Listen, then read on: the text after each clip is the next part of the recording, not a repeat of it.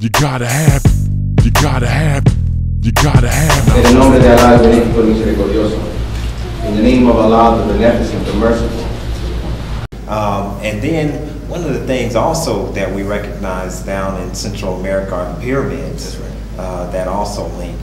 Getting into a little bit of politics, NAFTA and GATT. You know, the news media here, the mainstream media, likes to portray the Mexicans coming across the border to get jobs. It doesn't take us across the border to give us an understanding of why they're coming across the border. And many were brought across the border because you have, they say, 11 million that were, you know, I guess unaccounted for that somehow got across here.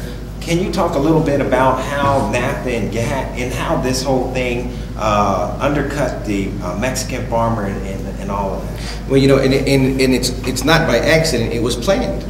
The scientists and some of the researchers told them that if they enacted NAFTA, it would increase the flow of migration, the so-called illegal migration from the south to the north, because it would undercut the economies of these countries, and it's exactly what it has done. And what has happened is that was always the objective because they wanted cheap labor. Slavery was never replaced. And the only way that they've been able to profit in this system is that they have to have a cheap labor class to make it survive. So what they had to do was then create an environment to create a cheap labor class.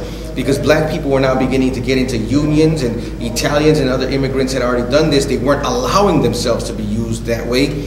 And the migration from the US, from Mexico to the US had sort of stagnated. After Reagan actually gave emancipation to many of those who had come and allowed them to gain citizenship and get their documentation in order, it sort of leveled off the flow of people coming in and out of the country until NAFTA, which was under Clinton. What that did is it created an economy in Mexico and Central America where for generations families had been able to provide for themselves from their own land and sell off the excess to make profit and live and buy the other things and do these kind of things. Through NAFTA, corporate farming took over all of those lands and then forced these families now, where for years we've been nothing but farmers, now my son or nephew or granddaughter or somebody has to go to America to work at a factory for pennies because they're not citizens, they don't have paperwork, except less. Now you got your cheap labor class. It's a criminalized class, so you don't have to give them lunch and the benefits because who are they going to complain to? It was a criminal class of people created, criminal not in the sense that they endeavored in criminal behavior, they were illegal. Right. They literally made them into a people that couldn't have a voice without exposing themselves, so they were treated as criminals, even though their only crime was leaving their home to go make a living for their family. So can we say, and this would be hard to believe, but can we say that NAFTA, that they knew, because we know that the enemy, he doesn't just put something on paper not by and just moves on accident, it. right. He, like you said, he does his research and all his reports. So can we say that he knew that this would create? Absolutely, and we know that they knew because all the avenues for people to come and find jobs in the middle of the nowhere in Kansas and Nebraska at these factories, who built those factories knowing that they would be people to employ at less than minimum wage. That's all planned and schemed, and the routes to bring people to those locations. Somebody developed that. People didn't just wander across the border and head into Kansas and magically find a job. Right. That was all planned out ahead of time. People didn't go into Iowa and find a meatpacking factory. Why would a Mexican mother know to go into an all-white town in Kansas or in Iowa or in Indiana and find a job? Right. So that's all been schemed and planned for, knowing that these people would never have a place to go and voice any concerns. Now we have this huge backlash, and once again it's something I think that has been stirred up by the media, because here you have them being, as you're saying, in a very strategic way, being brought into America either through semis or pack of trucks are crossing the border. They're coming into America. But now you have such a large, I guess, population or influx. Now there is this huge deportation. And one of the things that you talked about is how under the Obama administration, I think you have over 2 million deportations, and we're talking once again, as we were in slavery, the total disruption and destruction of family. We have the DREAM Act and all these. Can you talk about the deportations? And then we want to talk about the immigration reform. Right. Well, the deportations, I mean, it is that, exactly that. It's a destabilization of the family. And anything that destabilizes a family destabilizes the nation. So when you're looking at citizen children at 5 and 6 years old, and their parents get arrested and deported, well, what happens to those children? They go into foster care. We already know the history, and research tells us that many of those people that go down into that system, they end up in criminal behavior because there's not any other avenues for them. Worse than that is through these deportations, it not only emotionally stunts these individuals, the children and the parents, but it physically, literally breaks them up. And you are in many cases sending people back home to Mexico where there is no, that's why they left there and risked everything to come here, or Central America, depending on where they're from. And then you also have now young people who are terrified and traumatized. And it's very similar to the experiences of slavery, because you basically you're trying to keep dominance and dominion over the minds of the family and young people so that they don't aspire to be free. You want them to aspire to fit into your system and be serviceable so that they don't risk the same behavior and treatment. And it's very dangerous for the government, because Mexican people are connected to one another. Right. And even though they will still work out of necessity, within the people is fostering a hatred for the mistreatment. Right. You can't be a Mexican family and you see another Mexican family separated and you don't feel the pain and hurt of it. And that's what is, I believe, the hand of God in the whole thing, is that we've become disconnected from one another, but through this open hatred of our enemy towards us and their mistreatment of us, it's bonding us again, realizing that we have a common enemy. Right. And we have to unite to face him, because that's the only way we can face him and deal with him in an effective manner, is in unity. Because we had seen after the Million Man March, which was called, of course, by the Honorable Louis Farrakhan, and over 2 million came out, even though the mainstream media and all the forces of this society tried to make it a failure. It was an overwhelming success. That's right.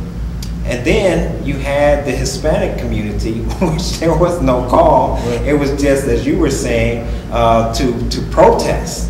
And it was a huge turnout. That's right. That was the year right after it started. It's always been a pattern. In '95 was the Million Man March, and in '96 massive protests started.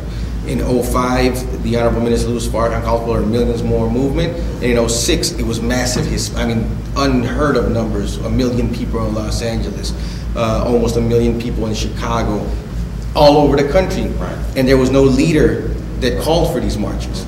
There's no national figure that could spur this. It was just the collective anger and frustration of the people and our sense of unity that just bonded us together. Right. And I think the enemy is very aware that if you have a man who's capable of galvanizing 1 million or 2 people, and then you have a community that can galvanize itself, and you introduce those two to one another, that's a very troubling thing for those who wish to keep their positions. And they've worked and are attempting to work to try to disunite, keep the communities disunited, but it's ineffective, because our necessities and the things we're experiencing are so intense now that we don't need a lot of coaxing in the right direction. And if we do, it seems that the God of the time is really working with nature to make sure we move quickly into the direction that he intends for us, because you can tell by the circumstances of our communities and the conditions. If you look at the weather and things that the Honorable Minister Louis Farrakhan has warned us about, it's definitely showing us that God is not happy or satisfied, and you can feel it in our community. Our people aren't satisfied with where we are, but we may need something to help us get closer to where God wants us to be. With your interaction with the minister, being in Chicago, what are some of the things that the minister has shared with you or said to you about the Hispanic people? You know, he loves the work, in particular of the Mexican people. He loves the work ethic. He has many brothers and sisters who work on his farm, and he says he loves how they work, and they work for their families. He said they're natural builders, and many helped to do the refurbishing of the mosque in 2008 and different properties, and the work on the farms that we have from the Mexican community in particular. And he just has a love for, he loves work. So when he says he sees people working and working for their families and having a good motive for it, he's inspired by it. He's always wants, his words to me where he wants the Mexican people to know in Chicago that they are God's people, that they're part of that community that God came for. And so that's been my striving to do that since he shared that with me, you know, in terms of his desire to see our people united and to see the Mexican and Puerto Rican and Spanish-speaking community united with the black community, but united within themselves first, so that they can get the respect that they're due, and then together we can get what we're supposed to have. And his drive to see that happen, not now, but since he started, you know, in New York, is inspiring to know how much he's already given to that, and that the Honorable Elijah Muhammad have given to that mission of both communities coming up out of the condition. But just to know that it's that close to his heart, that every time I see him, he mentions something about it, that he thinks about it, that he's working on it, that Black Family Day in New York City was built around him seeing a Hispanic and a black brother fighting. And then he went to work to create a Black Family Day. I mean, this is his history and legacy for us. And we in his community of believers have to be more informed about it so that we can better inform the broader community. Now, just a few more questions. Yes, sir. You said, which I didn't know, that the only home that has been outside of the United States of the Most Honorable Elijah Muhammad is in Mexico. That's right. And as we know, with Mother Tanetta and her family, they were placed down in Mexico. Can you give us a little bit about that history? You know, from what I know of it, you know, student ministers Rasul Muhammad and Ishmael Muhammad and our Minister of Information, Brother Ahmed Muhammad, and their sister, they were all raised there. And the Honorable Elijah Muhammad loved it there. I've heard on some of the table talks and from Mother Tanetta Muhammad that he referenced it, that when he said, and Brother Rasul Muhammad, I believe was the exact quote that I heard, was that he said when he got there to Mexico that finally he had found a place that had the kind of environment and air that he was looking for, where he could work. And you know, it's interesting because Mexico is a key state in terms of it geographically where it's placed. It is the connection of the north to the south. It's got the pyramids historically, and when I say an important place, I don't mean just in current politics, though it is, and obviously in ancient world too, because you don't really find those pyramids here in North America outside of Mexico, and then you find them Central America going down in. So there's definitely something about the energy there, the terrain there, the people there in particular. But the Honorable Elijah Muhammad wanted to build a new world. And it's interesting that he received his last communication that I'm aware of was a note or a card written from Master Farrakhan Muhammad from Mexico. It was postmarked. So you have Master Farrakhan Muhammad going into Mexico. When the Honorable Minister Louis Farrakhan shared with us that when the Honorable Elijah Muhammad was fleeing from on the run, if you will, from the hypocrites, he had gotten on a train and decided to go down to Mexico. So there is something very special about Mexico, and as I said, even to the Mexican people, there's something very mystical about the place, where people don't even know the name, what it means, and people don't understand who they are themselves, but we feel that there's a sense of importance. There's evidence that this is a place where magic, if you will, happens, where there's definitely some other aura there, yet we are not fully conscious or aware of it because we don't have the knowledge that corresponds with that feeling. And that runs right into my last two questions about the vision-like experience. And what you had talked about was the Christ figure, Quetzalcoatl. Am I pronouncing that right? Yes, sir. And that was powerful. What you were talking about, I think I took some notes in that the feathered spirit, and that he had two natures. Right. So if you could talk about that vision-like experience, and then just go into this Christ figure, and yes, sir.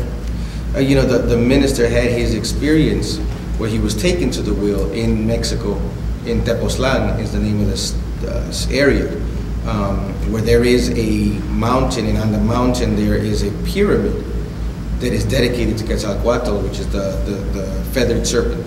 Quetzal, it means, it's a bird called a quetzal bird, which is a green, beautiful bird, and in Coatl, or Catl, would be serpent in the native language. They also call him, the Mayas have the name Kukulkan for him, but it's the same significance, which is the Christ figure. He represents this, and that's who the indigenous say that the age of Quetzalcoatl, the time, his return is what everyone's awaiting, because he was said to have gone away. It's just so similar to the Jesus story. And what you know, he was born of a virgin, very similar characteristics. He was said to have walked on water, much of what mirrors the Gospels. I think that's in Graves. I think it's Graves. Might not be the exact author, but the 16 crucified. Exactly. He does mention that as well. So you have these histories, and you have the nature of him. There's actually, when he's presented, because everything to the indigenous people is double, it's duality. So there's a black Quetzalcoatl and there's a white Quetzalcoatl. And this confuses the scientists and researchers even more, because some think Quetzalcoatl was an actual person of history. Some think Quetzalcoatl is a mythical, like, legend. Others think Quetzalcoatl was an actual ruler that happened, and others think he's just a man that never existed but is prophesied to come. Now, all of those are true. It's the interesting part about this, because he was a man. He was a king of the past, but he's also was a sign or type of the one to come at the end. It's interesting that in the glyphs, he has a black Quetzalcoatl and a white Quetzalcoatl, because the man that we know is the fulfillment of that, Master Farad Muhammad, came from both people and both natures. Right. He had a duality to him, because how could he overcome and conquer that nature except that he possessed both of them? Right. And in showing us how to do it, we could overcome it. And that's what Quetzalcoatl represents. He represents civilization. He comes to teach civilization to the people. He comes to teach them ritual or religion, if you will. He comes to show them a new way of life, and through him, a new time era begins. Well, that's Christ. That's Mahdi. Right. He comes and does away with the old. The minister receiving his vision there, I think, absolutely seals for everyone. Not only is this the man that the monotheistic world has been looking for, of Jews, Christians, and Muslims, this is the man that everybody has been looking for. Because that vision-like experience came around that temple. Exactly. And that he had the experience in Mexico. And it's an earthquake in Mexico that restirs his mind to go back and recollect the vision that he'd forgotten he had in his sleep. So it's interesting that it happens there. Again, a sort of magical experience, as there are so many of them that seem to happen there in Mexico for people, that is just embedded and makes the rich history and mythology of Mexico even more intriguing. Because why was it Mexico? Why didn't he have it in Detroit? Why didn't he have it in America someplace, or Mecca? Why Mexico? Well, Mexico is another sacred valley. Mexico is a valley. Mexico City in particular is a valley. Mecca is situated in a valley. We're here in Phoenix, a valley. So there's something about valleys, there's something about these areas that are unique apparently, because they tend to allow these experiences to happen. When you look at the minister having an experience like he did, which has guided him, That's what proves the authenticity of it. From Mexico, he's not saying that he had a dream. He's saying that he believes in a vision-like experience. He was taken to that place.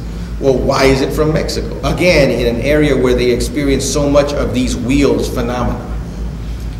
It appears from what I believe that it's God just through these,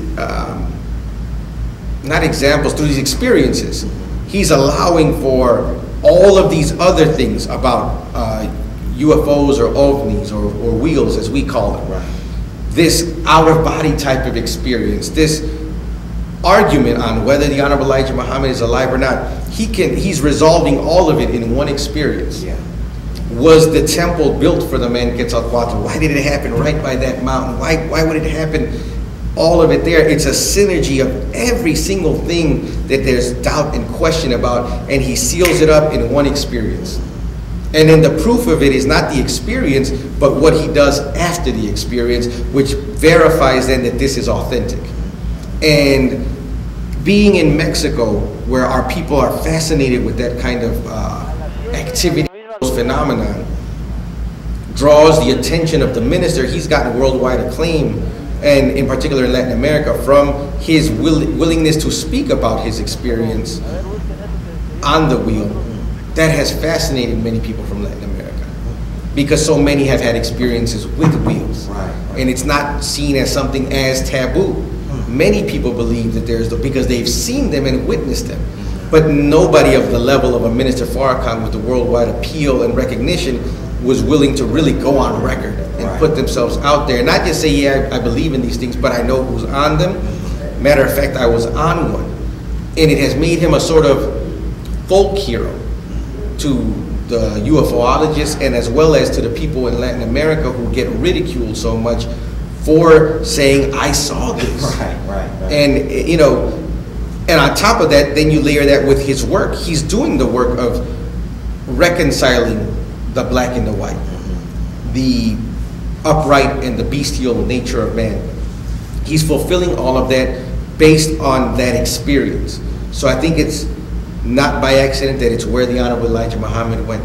It's not by accident where the Honorable Minister Farrakhan happened to be there and had his experience there. It's not by accident where for years now these UFO phenomena have been happening there.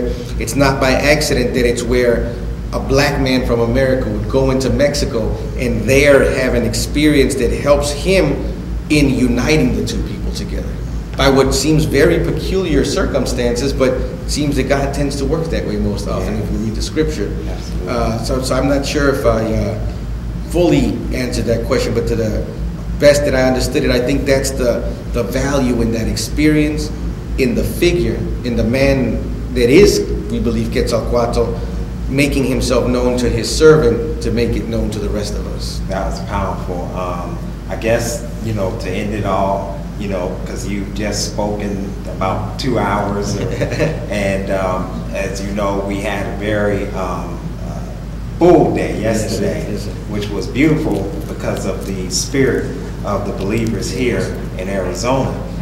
Can you say something as we close out to the our Latino brothers and sisters, Mexico, Puerto Rican brothers, just the whole about the Nation of Islam, and I'll just let you go ahead. Yes, sir.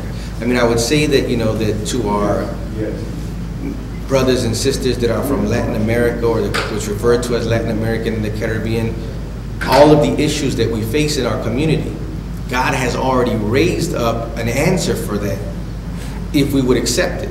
It's not by accident that we've been conditioned to reject everything coming from what we call black, especially in Latin America. Anything dark, we've rejected it. It's not by accident that God, as he always has, would work from amongst the despised and rejected. And the enemy has worked to condition us to reject everything coming from the despised and rejected. So I would challenge us to understand that how precious we are to God, but that our acceptance by him is based on our doing of good and righteousness. And we can't do good and righteousness unless we know better. And we can't know better unless we know the truth. Because it's that truth that we need that's coming from wherever it may come, that will help us to be what God intends for us to be. It just so happens that that truth is coming from the despised and rejected black people of America. That doesn't make them better or worse than us. It makes them the instrument that God is using to save us and the rest of humanity that would obey him. We never had a problem when we thought Jesus was a Jew. We never had a problem when thinking about Muhammad being an Arab. We never saw them as not worthy to be listened to because they weren't us. There's a man from here who has in his bloodline the indigenous people, the black people of America, which we have in our bloodline. It's to our benefit if it's good for black people in America who are in the worst of conditions and they benefit from the truth that he's speaking. We should listen and take what is good for us and use it for the benefit of our people. What would be more logical? What would be better for us? If it works on the worst in our community, wouldn't it work on us too? If you have a brother or a sister or aunt or uncle on drugs and you see that the Nation of Islam has a way to get people off of drugs, why not bring them? If you're having problems and you spiritually feel empty and you need to understand God better and you see a community that is working to understand God and do the work of God, wouldn't it benefit to you and I to come and listen?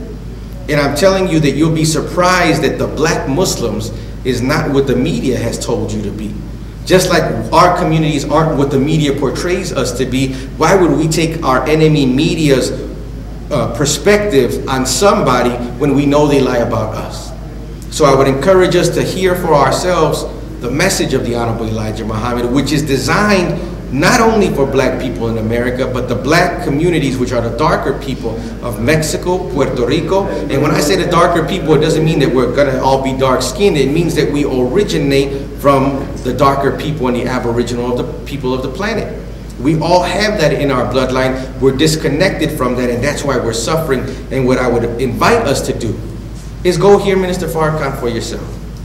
You may not be able to go in the building where he's at, but go to YouTube and type in Farrakhan and whatever subject you want to know about, and something will come up.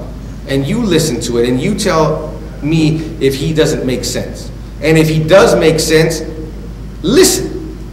And then change your life based on that.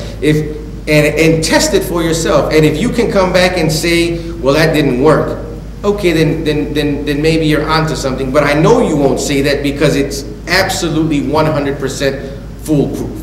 The only thing we could do is not do it properly or do it wrong. But the truth as given to us by God through the Honorable Minister Louis Farrakhan is a healing for every issue we have. And we've tried everything else. We've tried buying things. We've tried making up things. We've tried applying the wrong things. But we've never tried the one man that the enemy keeps telling us isn't our friend.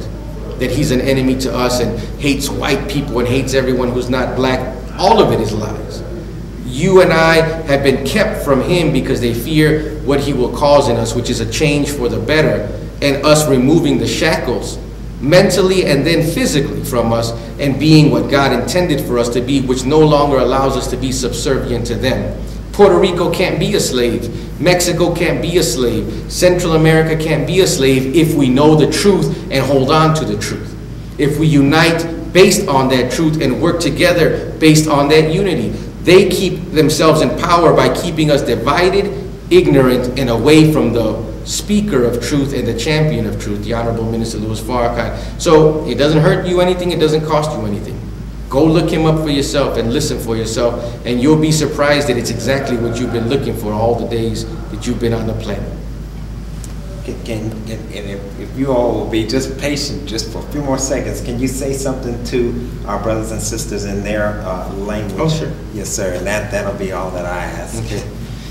O más quiero invitarle a la comunidad alohispana que sean de raíces indígenas y de Centro y Sudamérica, que escuchen a las palabras y la guía del honorable ministro Louis Farrakhan, que la media nos dice muchas cosas sobre este hombre, pero es un hombre digno, es un hombre que habla la verdad y nos da la verdad para mejorar a nuestras vidas. So pido que no escuchen a la media, pero ustedes mismos encuéntrenlo en YouTube, lean sus palabras en el internet o por periódico y vean si lo que anda diciendo el honorable ministro Louis Farrakhan no es la verdad. Claro que sí que es la verdad, porque es exactamente lo que necesitamos para mejorar a nuestra condición y a nuestra comunidad. Y el enemigo nos está tratando de poner en una posición en contra del ministro Farrakhan, porque ellos teman a la verdad que viene de sus labios para liberarnos en México, en Puerto Rico, en Centroamérica, en Sudamérica. Esta comunidad de nosotras, esta comunidad latinoamericana que dicen que son de raíces indígenas y africanas y raíces de pueblos con no solo historia grande, pero con un futuro grande. Si solamente aceptamos la palabra de la verdad, aprendemos quién somos nosotros y luego actuamos y hacemos el deber de Dios. No solo decir sus palabras o estudiar sus palabras en las Escrituras, pero vivir por los principios de esas palabras y de los profetas de Dios. Escuchen al ministro Louis Farrakhan, lean sus palabras, estudien sus palabras y cambiaré su vida. Gracias. Thank you, brother. I appreciate you. Thank you. And I just wanted to thank Minister Charles for his hospitality and allowing us to conduct these interviews here at the mosque in Phoenix, Arizona, mosque number 32. Once again, for those who are listening, who are in the area, this is a beautiful establishment here, and I would like to invite you personally, even though I don't live here, I would like for you to come out and, you know, don't listen to the mainstream media and these propagandists, because you have to understand that their world is falling and they want you to fall with it.